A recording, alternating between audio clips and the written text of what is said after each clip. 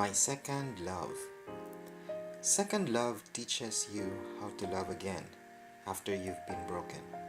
It teaches you that love still exists, that you're capable of loving again and loving harder, that you can still have faith in love no matter how much pain your first love cost you. Second love is there to pick up the pieces. Keeping those words in your head will make you assume that having a second love is amazing. But not all second love works out as what it should be. This is how I define my second love. Elementary years. I still remember how he acted like a girl way back then. How he plays Chinese garter like a pro, how he engaged himself in a cat fight, how he confidently walked like a beauty queen. I envy his confidence back then. Mas babae pa siya kesa namo sa una. Pwede na gani siya mahimong muse sa una cause he is very beautiful. And he becomes my ultimate elementary crush. It was somewhat weird kay nagka-crush ko o gay, but I don't care. I just idolize him for his actions and confidence. It was in high school when we parted ways. Di na kayo mi magtagad. And it was when nawagtang siya sa crush list nako. High school when I met my first love. It was somebody I didn't expect to be part of my love. Classmate mi sa elementary, ug usa ko sa tigsungog nila sa akong usa sad ka classmate. But I did not expect nga anhi na sas di ay nako mapunta ang sungog. We have a tragic love story. We broke each other's heart, gamahay ko sa akong nabuhat niya sa una. 5 years akong pagmahay adto. Hangtod na abot og senior high years. Grade 11, wa pa ko ka-move on sa akong first love. I was still in the process of moving on. As part of the process, napunan akong crush list. It was the first day of my senior high. I didn't expect him to change a lot. My elementary ultimate crush. From a thin, girly guy to a chubby, quiet, manly guy. I consider that change a key for him to enter my crush list again. Nagtagad na mi og balik, we even created an endearment nga gikan sa usa ka K-drama. Whenever our paths met, he never fails to give me a tight hug. Damn, how I love his hugs. How I miss those hugs. It was so tight that I feel so secure. Whenever I feel sad, siya dayon akong ginapangita kay siya ra may muhag nako og hugot kaayo. He was my Baymax.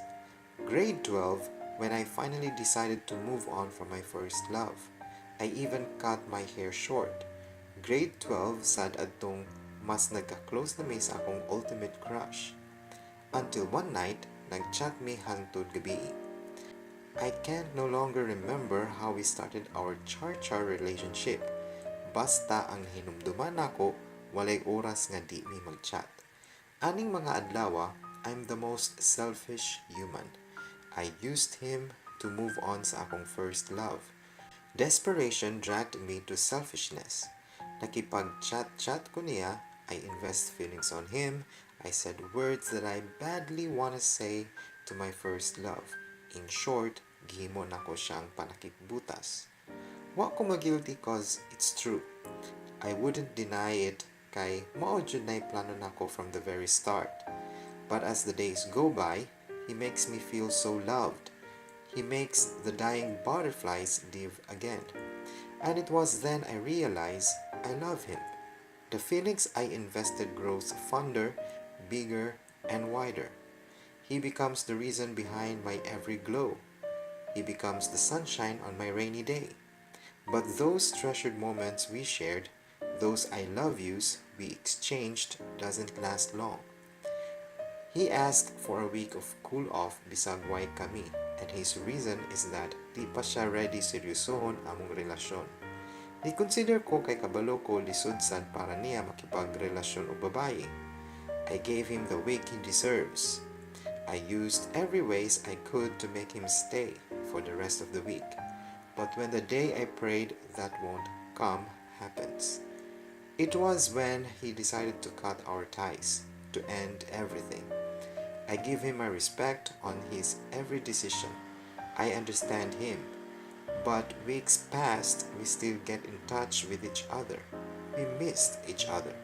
We still love each other. I still hold the hopes of us getting back together. But a month or more after, I didn't expect him to have another girl.